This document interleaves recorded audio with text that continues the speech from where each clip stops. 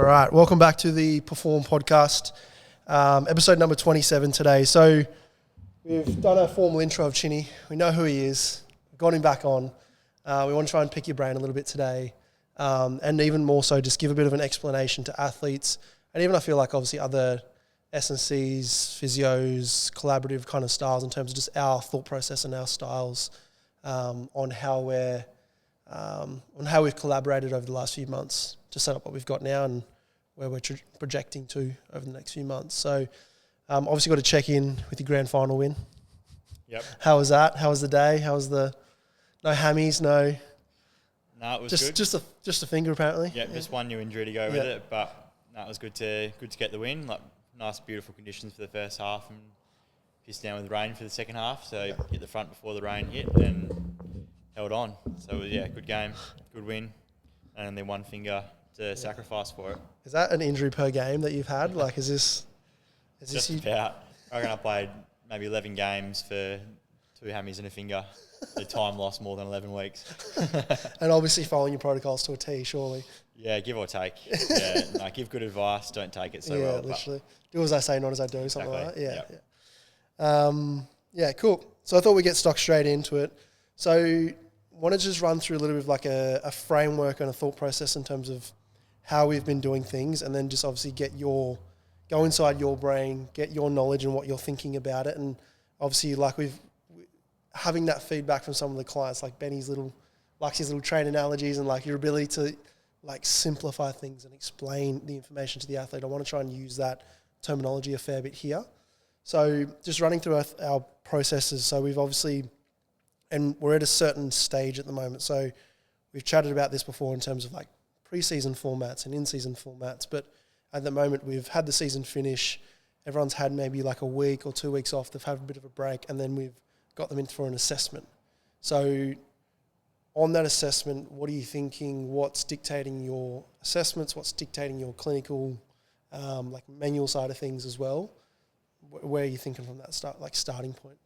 I think it's kind of the process of the thinking with the off-season assessment is trying to identify areas that we can target training for the off-season to put you in a better position come the next season to perform better and to be more resilient from an injury standpoint as well.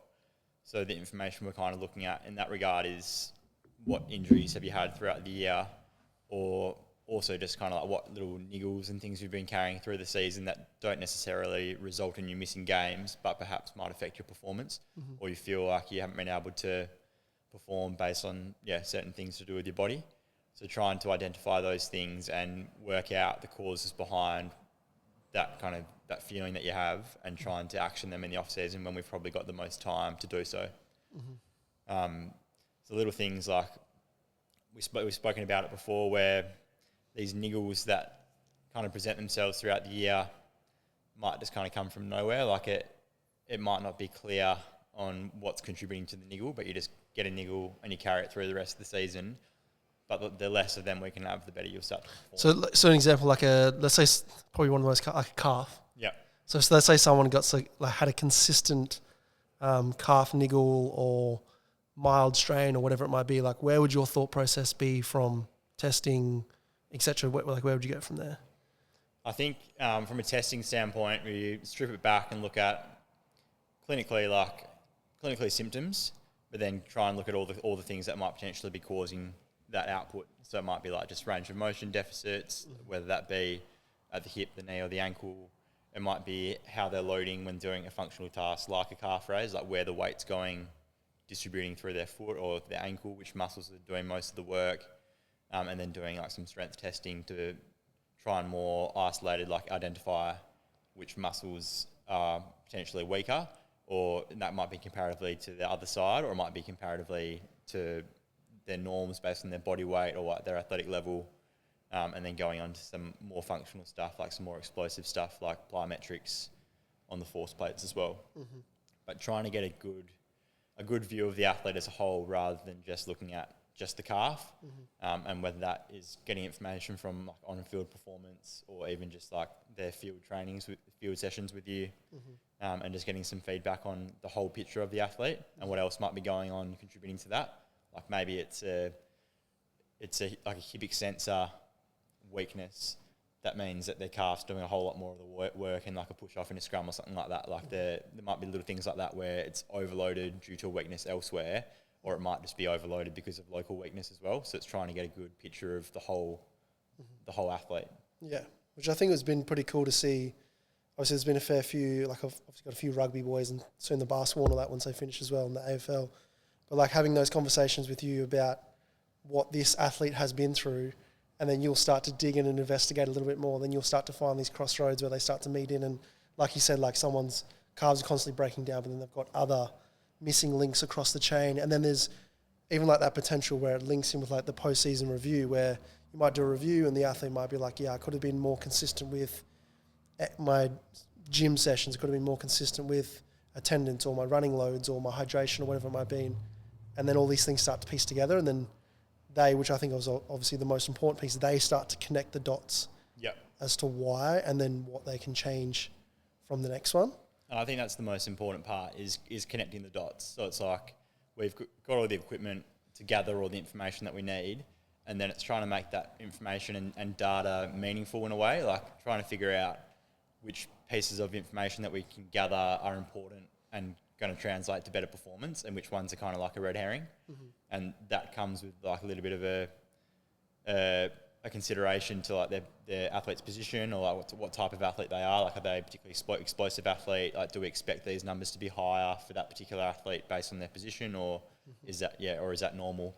But making those decisions in the context of the athlete's position and sport and individual capabilities also changes what the results might mean. Mm-hmm. So you've really got to kind of take a step back and find out which pieces of the puzzle like kind of fit and which ones are going to translate to better results straight away. Mm-hmm. And you might have, from our testing, we might unveil like 10 meaningful things that seem like asymmetries that are significant, or like global weakness in a certain like body group. But then we might only action 3 of those things. Like, you can't just action all of them and expect it to be perfect. Like, you need to kind of narrow down to 2 or 3 meaningful things that can get the best results straight away. Mm-hmm. Put an intervention in place that is going to address those 2 or 3 things, and then reassess it in X amount of time to figure out if the intervention's worked, and then maybe go back to the drawing board and be like, oh, this has improved, but maybe it hasn't resulted in them feeling more explosive, so let's look somewhere else. But I think having that constant follow-up and kind of re-review of your intervention is important to get the best out of the athlete as well. Like, if you're just putting in one intervention in place and be like, yep, that's going to do it, like that'll fix them, they can do this hamstring strengthening and they'll be fine, and then you leave them to it and you don't ever look at it again, it's kind of a bit of a waste of time. Like, you don't know if it's worked. You might think that it might work, but like, you need to be able to put your finger on it and go like, yep, that's definitely worked for this person. Mm-hmm. And it's even like, I feel like just the retesting and the checking in creates that, I guess, creates that direct feedback for the athlete, so then they know like the effects that the training's having on what they're trying to achieve. It's always that thing, like, all the athletes are very numbered based, they're very driven, and when we flip it on its head and obviously very performance based, it's easy to track the performance side of things. Whereas that, like, obviously for us, like our number one job in SC is reduce the risk of injury. It's number one. So for us to then get some feedback from you in those numbers to know that, all right, we've worked together, we put an intervention, and then things are changing and making progress, and then we go, hey, the athlete, look, it's changing, it's making progress. Then for them, they know, oh, cool. They can see, and they can, I guess, get that like positive effect behind it, feeling like, all right, I'm doing the work, it's making an effect, it's putting me in the right step as well. Yeah, I think there's kind of 2 parts to that. I think like one of them is the buy-in and compliance you get through having like a very clear, direct pathway to like what you want to achieve. Like, this is the goal. I know we're going to talk about goals in a second, but this is the goal of what you want to achieve, like a certain impairment that you want to improve or deficit that you want to minimise. Mm-hmm. And then this is the pathway to get to that.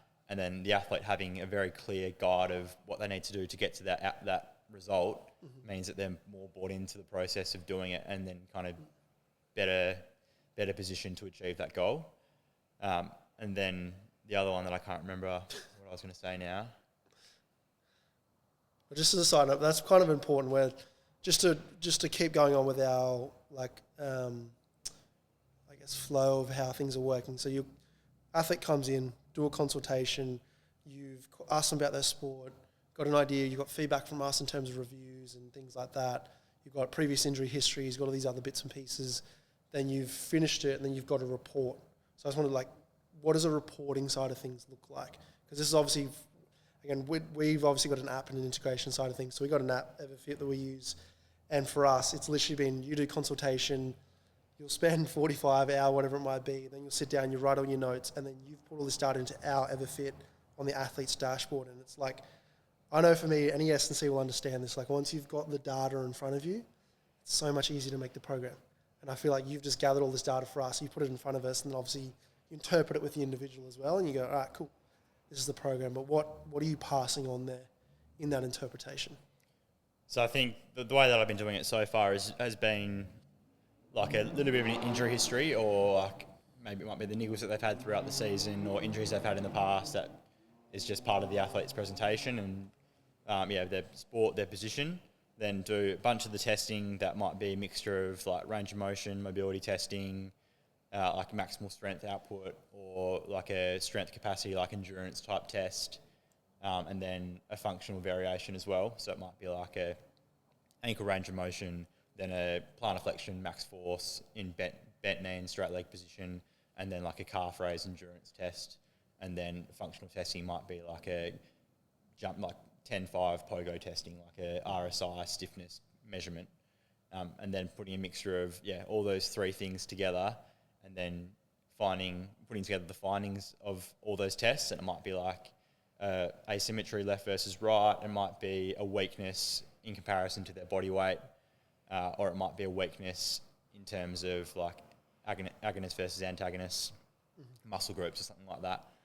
Or it might be a control deficit or something like that. There might be a deficit that's been pointed out from the testing results, and then kind of a recommendation for how you train those findings or those impairments. And it might be you need to do more isolated single leg calf strengthening work, more focus on the control during the calf raise through the full range, or training certain positions or certain range of motion for a certain exercise, or certain parts of the kinetic chain, or a recommendation that's kind of more meaningful to be okay, that's what I need to do. So it puts together all the information and makes it kind of fit the athlete and make it feel like you know how you're going to change those things. Because I think I felt a little bit bad sometimes because you sit down in those consults and you're pointing out all these things that are this is bad, this is wrong, this is too big, and they're just oh yeah, thanks. So without being and this is how you change those things, it's kind of not very helpful and a bit of a kick in the guts at the same time. Yeah. But I think the nature of our athletes are you come in there to get better. You want to know that information to be able to perform better and translate that to better performance. And this is how you're going to do it. There's a very clear way that you can action those things that we've just identified are deficits for you individually. So I think that's important as well.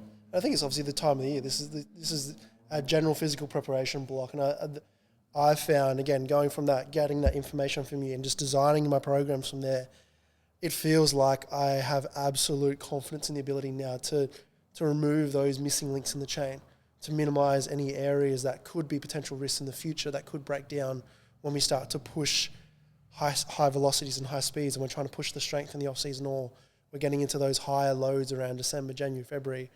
I feel like that confidence from there, and I think that's just, again, where we integrate in terms of I then pass on that feedback of hey, this is what we're working on, but we're working on this because I want to put this to your body through this in November, December, January, and minimize fatigue, minimize breakdown, minimize soreness.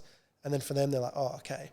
But you can definitely see, I can feel your point where you can feel oh, here you go, you got 15 things to work on. Yeah. But obviously for them, and then obviously that time of year as well. But that's what the value of trying to get this sorted in the off season. Yeah. We have it so obviously in a private side of things.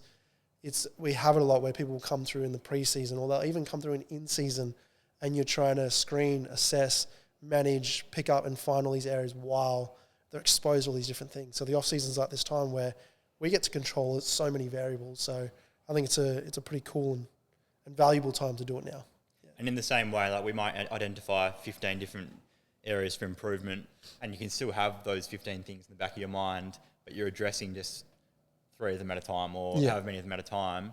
And it also helps with the periodization to be like... How do you say it? Yeah, it's a tongue twister. It might help you to be like, we're going to work on these strength ones first in this phase, and then progress more through to the functional stuff, the higher end stuff, as it fits with the rest of the program and as it fits with your on-field loads and things like that as well.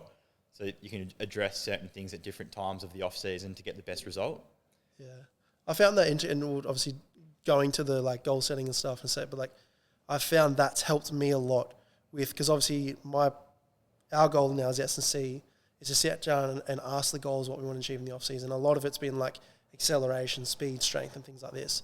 So for me, and then it's also allowed me to get an awareness of when I can probably expose them to those high demands. So I'm getting this feedback from you in terms of like around this like bent knee testing, standing testing, endurance, what a capacity, whatever it might be. And I'm seeing where they are relative to their norms and everything like that. And then going, all right, they're probably not ready for that for a little bit longer. I've got a bit more work to do, versus some are testing and they're in good positions, the system's working well, and then we can go, all right, I can expose them to this, but their shoulders or their neck is in a different position, so contact's a little bit different.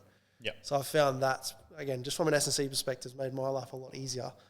And it's helped me paint visualize the periodization a bit more and know and individualize it a bit more, versus like, post-off season is just this for everyone, and then off-season is just this for everyone. It's like I can tell them where they need to go and the timing and everything, which has been pretty cool as well. Yeah. And I think having another thing with the data, and in terms of niggles as well, is like the data might tell us information before it presents clinically or presents as like a performance deficit. Like you might find these little changes that you're getting on top of before they become something bigger. And it's like an early intervention for something that might affect you down the track, which is, I think a true value of the off-season screening as well. Yeah. It was even like we had that chat a little while ago, and I actually had one of my boys in here post-season off the grand final, did some hamstring testing, quite low, quite sore, waited a couple of weeks, retested this week, in a really good position, like that painted that picture for the high-speed exposure and when to do it and when to sit back, and it was pretty cool to see that, just based on what you said as well. Which was cool to see another addition where we can add in that data side of things to help us, not just obviously the subjective side of things, just asking them how you're feeling, what's going on, kind of thing, which is massive. But so we've gone through the testing, you've written up a report, and obviously with that report as well, I've also just grabbed those, because you've written up, again, you've simplified it really well, written up some sentences, and I usually just send that through to the athlete as well, and just be like, hey, this is what we want, this is where we're trying to get in X amount of time. I'll then go and do the S&C programming if they need specific rehabilitation work, we would go write the S&C program. You'd put in the rehabilitation work if they need it specifically for that, or if it's just work on from a strength deficit or whatever, and then retesting. So what's a time frame? What's the goals that you have, short-term, long-term? Do you have any frameworks or thought processes, or whether we use the calf again? Like how are you thinking along those lines? I think the main framework of it, or the main thinking behind it, is how long do you expect the adaptation to take, and that will depend on what tissue is affected, or what training, like what impairment you're training. So if it's like a pure strength deficit, then you know that it might take somewhere between like 6 to 12 weeks to restore that, like compared to if it's just a muscular inhibition issue that might take less. Like if it's a true muscular weakness, then it's going to take close to that 12-week period. Or it might be a plyometric deficit, and then you're going to have to go back and do some strengthening work first, and then through the strengthening, then you can train plyometrics after that. But if there's still a weakness, you can't train your plyometrics straight away. At the crux of it, there's still just this underlying weakness. So the retest kind of depends on what you expect, like how long you expect it to take, and that's based off what's being affected and what you're actually training. So that might look like, for some people, it might be a month retest thing, or for some people it might be a 3-month retest thing, and that's going to be individual based on the athlete as well, or the case. Yeah, cool. And do you have any guidelines in terms of like setting goals for them? Like, again, it could be the calf, could be, all right, sweet, you need to go hit this 3 times a week, and we're going to come back here, and I want you to be at X by here? Is that just obviously a bit hard to set arbitrary numbers and things like that? Like, have you got any thought processes around that? It's probably around like what deficit they're at the time, and then I'd be like have a follow up point locked in, like if they want it to be 4 weeks or whatever, and then an estimation on what they can achieve in that time if they're completely compliant. And I guess it depends on like long-term injuries, short-term injuries, etc. Yeah, how much time have you got as well? Like if you're really pushing for a deadline and you have to achieve certain milestones by certain points, it makes it a bit easier to be like work backwards from there. Return to play, or whenever they need to be ready for. It might be return to run. They need 100% like symmetry at 12 weeks or something to return to run.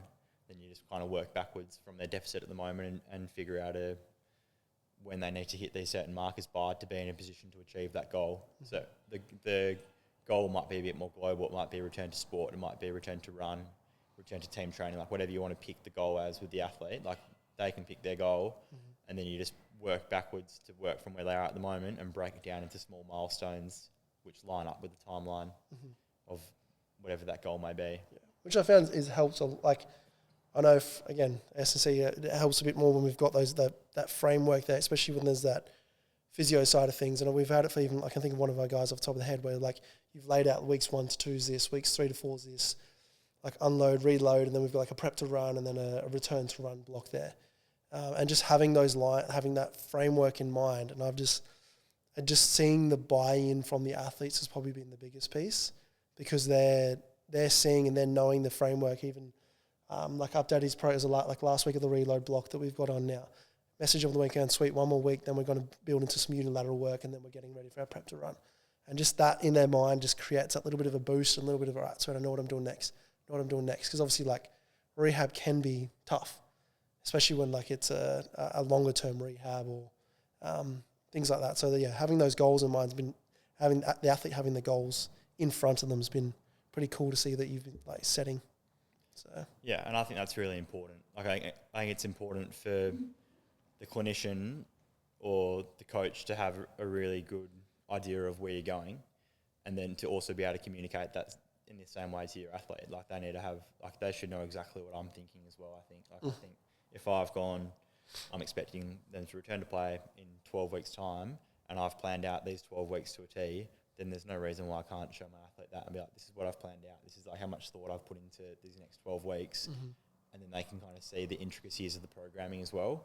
And it gets buy-in from them to be like, oh, like they know what they're doing. Like I feel confident that this person's managing me well because I can see exactly the process of what I need to do, and I know that it's been planned out to a T to that 12-week period.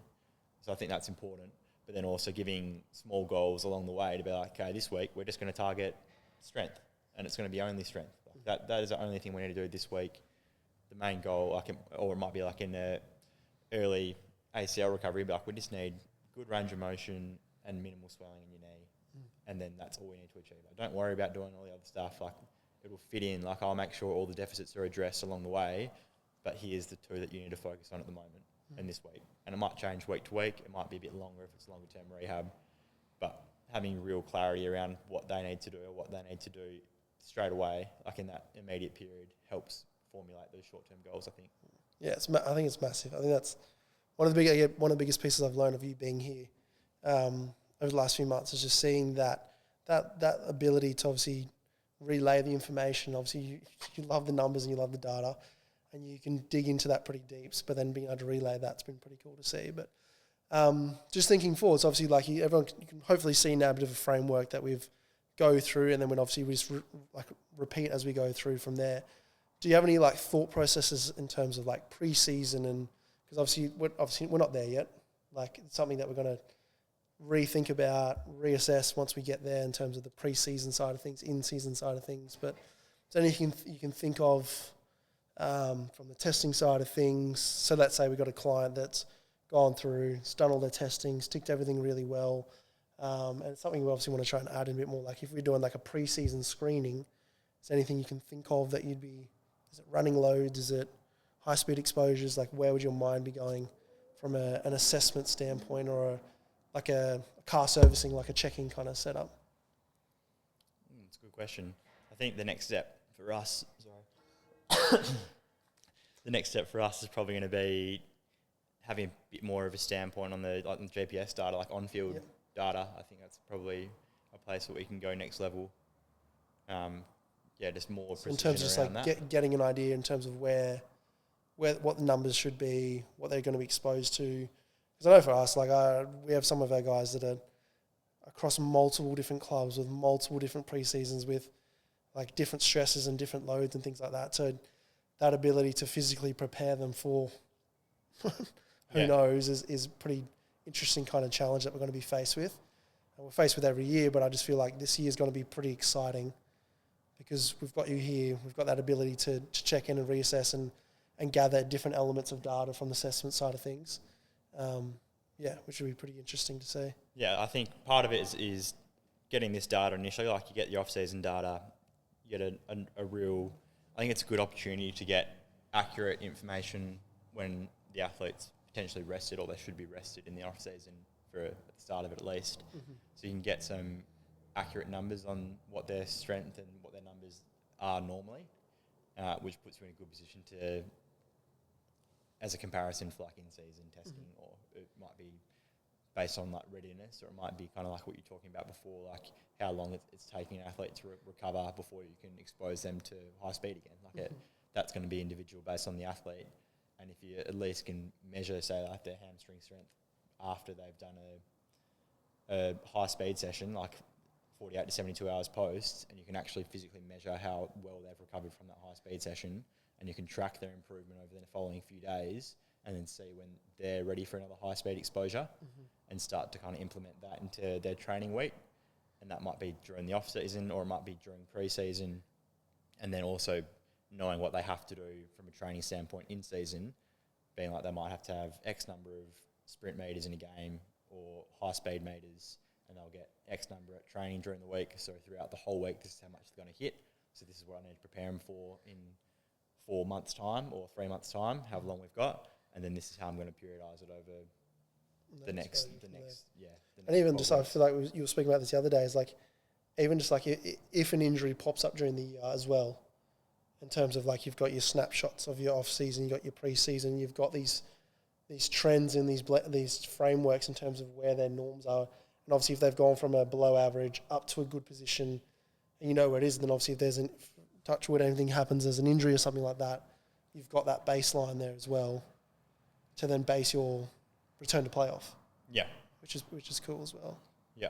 And I think tracking those trends also gives you a lot of information, and it might be like their maximal strength output is just deteriorating slowly over a 4-week period, not to the point that they've had any soreness or anything, not yet anyway, or they haven't been injured yet, but you're seeing this tracking downtrending trajectory, and you know that you need to change something. Like, are they just working too hard? Like, have they just been overloaded?